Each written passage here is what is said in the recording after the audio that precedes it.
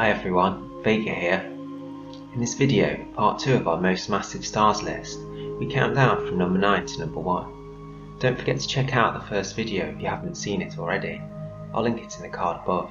Could there be a surprise waiting for us, or will the usual suspects fill up the top placings? We must also remember that we defined our local area in the first video as 1000 light years, so the list is limited to those stars. So let's get to it. Continuing our list, at number 9, Acrux A2 forms the second largest part of a multiple star system 321 light years from the Sun, in the constellation of Crux.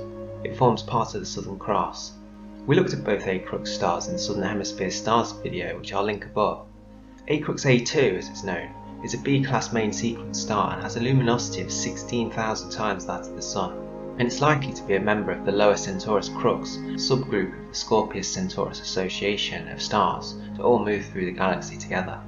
A Southern Hemisphere star, it can be just about seen from Miami, but anything further than 25 degrees north is too high to see the system.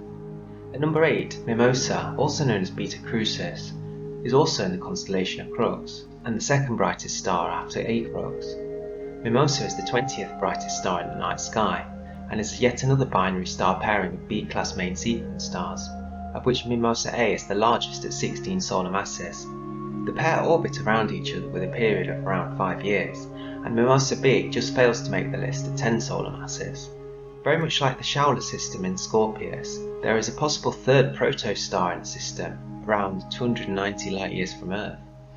In a 2002 science fiction novel by Greg Egan, Schild's Ladder, Mimosa is depicted from a huge scientific lab located in outer space, 6 light months distance. Here we see an artistic depiction of what may have looked like from that distance, with both stars clearly distinctly visible and shining, with Mimosa A at -15.66 apparent magnitude.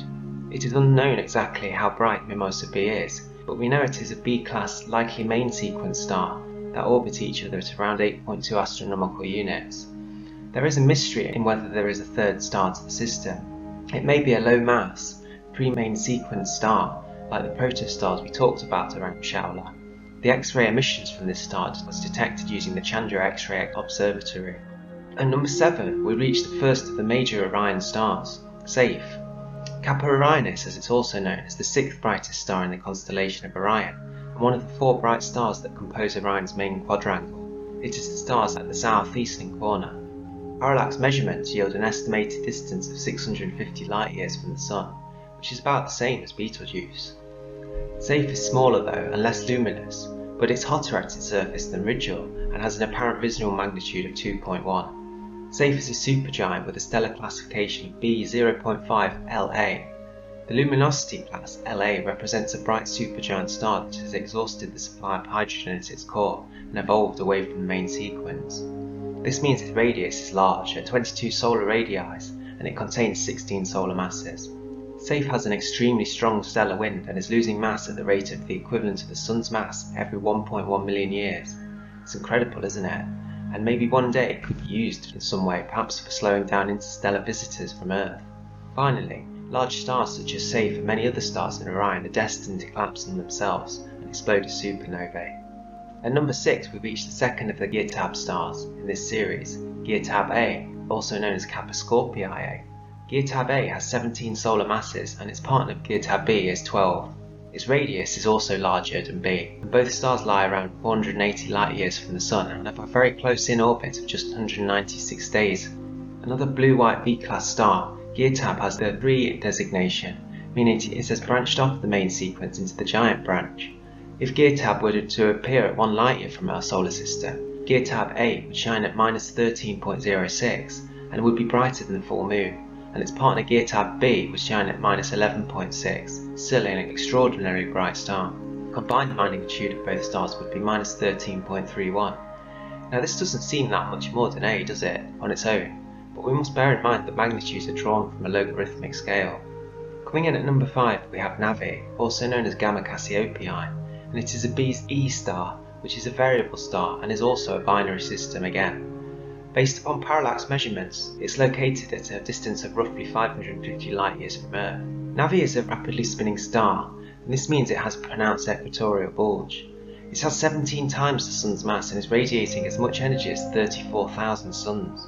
At this rate of emission, the star has almost reached the end of its life as a B-type main sequence star, after a very brief period of just 8 million years. The outer atmosphere has an intense effective temperature of 25,000 Kelvin, and it causes it to glow with a blue-white hue. Navi is a high X-ray emitter, and there is a dark mystery into these X-rays might be excited by matter originating from a hot wind or disk around the star, accreting onto the surface of a degenerate companion, such as a white dwarf. Unusually, Navi is thought to have a Sun-like companion star. What a view it would be! The star was used as an easily identifiable navigational reference point during space missions. An American astronaut, Virgil Ivan Gus Grissom, indeed nicknamed the star Navi, after his own middle name spelled backwards. At number 4, possibly the most famous star of all after the Sun, is Betelgeuse. At an estimated 18 solar masses, Betelgeuse is the largest star by volume within 1,000 light years. It may surprise some that the beautiful red supergiant is not top of the list. Much has been debated about this star, both on this channel and in other places. On a good day, Betelgeuse can be as much as 150,000 times as bright as the Sun, and it is interesting in that it is a solitary star. We may have noticed that most of the stars on this list come in pairings, but Betelgeuse is on its own as far as we know. And let's be honest, it's so huge, isn't it? Maybe even ate its partners up. At number 3, Acrux A1, the second in the Acrux system, but the larger of the two, is one of the Southern Hemisphere's undisputed kings that we've already mentioned. Acrux is a multiple star system containing 6 components. Known as the Star of Magellan, Acrux A1 and its slightly smaller partner Acrux A2 will both someday explode as supernovae. The Acrux system is indeed almost a mini globular cluster all of its own. At number 2 may come up a bit of a surprise. We have Rigel, the blue supergiant. Much has been talked about Beta Orionis, but most viewers of this channel will know that that's where the Beta label begins and ends, with the star that I like to think of as the mother of our local area. Blue-white supergiant Rigel is an awesome star, and indeed this is the 3rd time on this channel we've looked closer, and in the future we may no doubt be the subject of further videos. It is expected to end its life as a Type II supernova, leaving a neutron star or even a black hole as a final remnant. The Orion system are all fairly close to each other, and in the Rigel sky, Betelgeuse would be an enormous bright light, as well as Saiph, as they're all very close. Even the large star that completes the Rigel Bellatrix would be a very bright star in the sky. Rigel is actually at least a trinary system, as you can see in this image. The supergiant dominates completely the whole system. Rigel is so powerful that even if it were 100 light years distance, it would outshine substantially the planet Venus, and if it were 1 light year away, it would be far brighter than the full moon. At number 1, it may be as a surprise, but the star of ALMACH, also known as Gamma Andromedae, is the first on the list. ALMACH is in many ways the literal standard-bearing giant star. At 350 light years distance, it's one of the brightest stars of the constellation Andromeda, the Princess, and a large K-class giant star, and that makes it unusual, doesn't it, for this list? The reason for its relative anonymity compared to other more famous stars is its surface temperature is just 4,200 Kelvin, meaning its apparent magnitude is relatively low at 2.27, and it's not too large to be extremely bright, and not too small to be extremely hot. ALMACH somehow managed to duck our radars, and like a true dark, or should I say darker horse, take the title.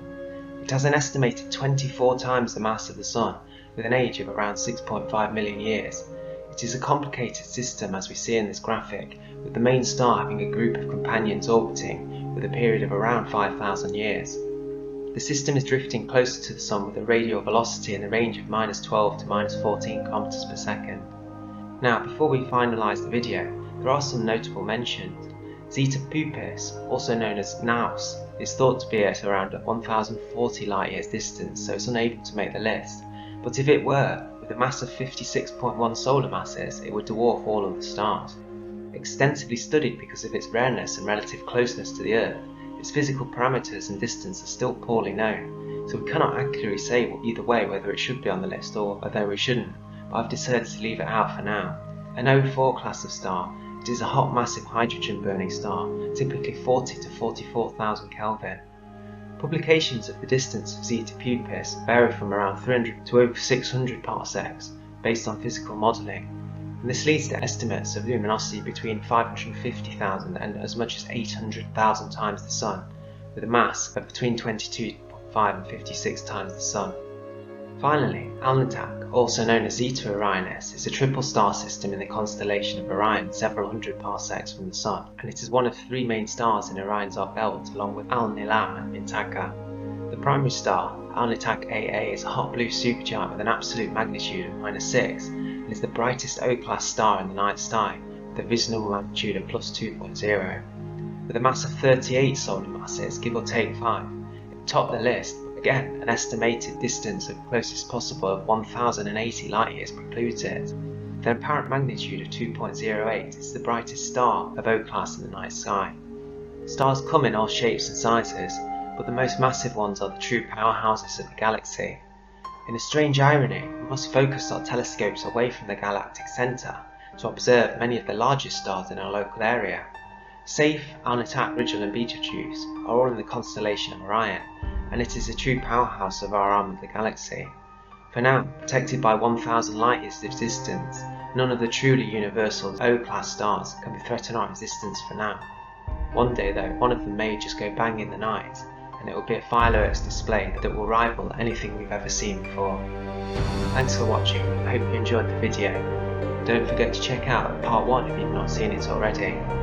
Would you like to see more videos on some of the larger stars in this list, and do you enjoy these ranking type videos?